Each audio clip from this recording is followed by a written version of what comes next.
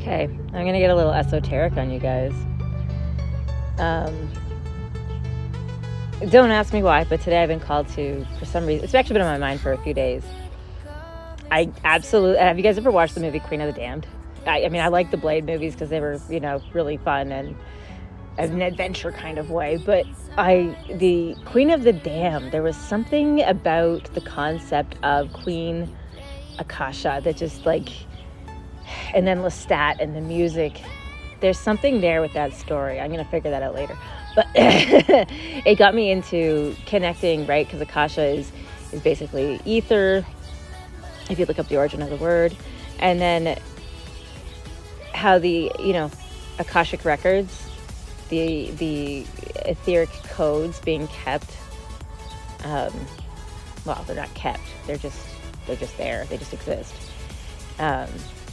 Anyways, so I was going through all of that, and it made me realize something when I was thinking about all of this, is that we have a misunderstanding of what Akashic records are, because it's technically just, okay, think about it in computer terms, right? There's always a place where the code is stored in a computer, the basic code. But every time you add an update or a new program, or you delete even a picture, the code in the computer is going to change, the base code, okay? I'm not going to get all technical with terms because I don't want to alienate too much of my audience here. But yeah, so there's always a code, and the code always is just like in the Matrix. So when you have the Akashic records, it's a code that anyone can tap into and get access to if they meet the right criteria to actually get access, because this is like the super code that's always changing, it's always adapting, it's always expanding. It cannot risk letting just anybody into it, because not everyone who can see all of it is meant to see all of it. And just like those who are actually meant to see all of it have to go through different stages before they're going to actually be ready to understand what they're seeing. And it's going to show up differently to everybody. I mean, I've listened to a lot of people talk about their Akashic record stories. It is definitely different for everybody. A lot to do with your imagination and your openness to unexplainable and impossible concepts.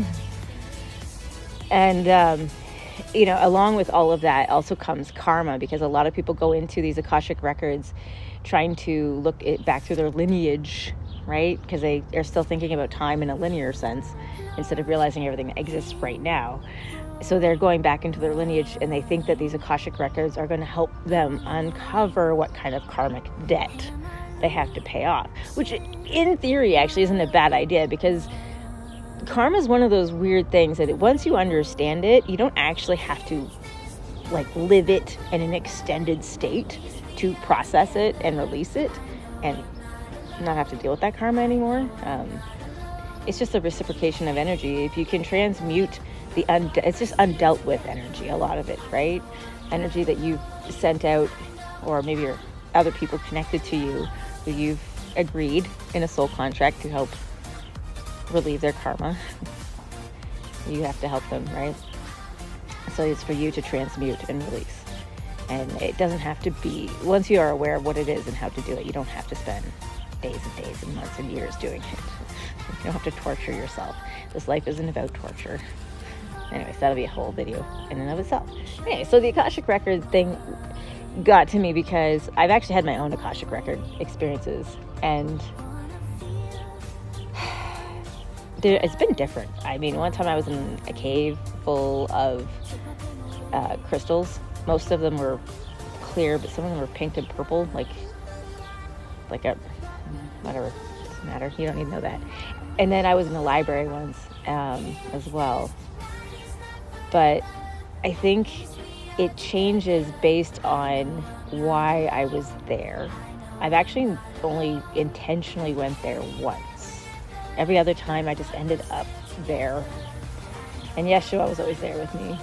So that was kind of cool to have that experience. But it's also, I think, the other reason why my experience is always different is to show that it isn't actually like a physical thing. It's not a place. It's an energy or a collection of energy, right? It's where we house all the codes. So the codes of the energies, all the different frequencies that are currently existing. And that's what they are. They're the combinations of energies, the frequencies that are currently vibrating and existing, and the potential that they carry. Energy has potential.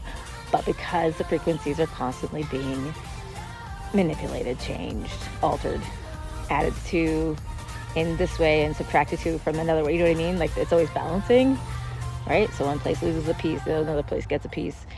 The akashic records are forever changing. They're not stagnant, right? There's no end game. So you have to be careful. You have to have really good discernment, because sometimes it's not so much about finding what the future or the past was, but it's finding out what your best frequency, your best codes are for you to reach your highest good. So you could almost imagine, if you wanted to, for you to go into the akashic records, you could almost imagine you were going into a music shop and you were listening to different records until you found the one that was perfect for you. That would work, because you don't have to hear it.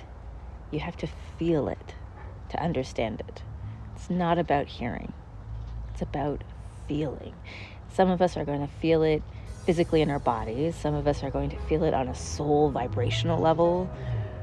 Some of us might feel it on an emotional level because we get images sent to us that trigger certain emotions, or sounds sent to us, or maybe it's just the sound itself, right?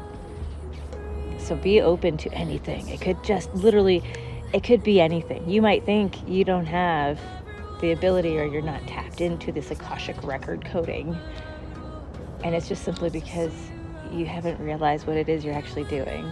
Musicians, artists, painters, storytellers, you guys have no idea how tapped in some of you are. It's amazing. It's actually really fun to watch. I'm loving it. Anyways, so I just thought I'd share that with you guys about the akashic records, because that was on my mind. And on a quick note, if you do actually want to release karma, like say you've created karma in this life for being mean or being petty or jealous, or maybe you stole some, I don't know, whatever you feel like you need to pay debt for. It's really honestly as simple as accepting that, hey, yeah, you did that.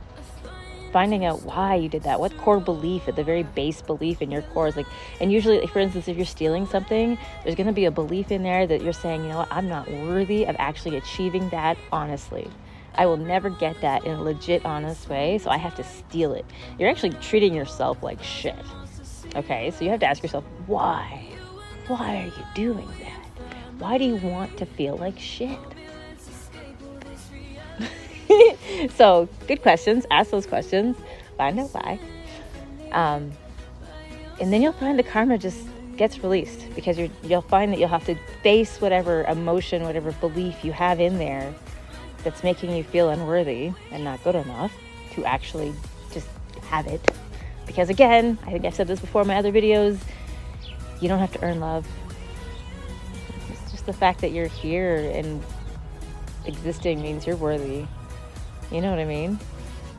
Maybe you do, maybe you don't, but it's true. So you can release it. You don't have to relive it.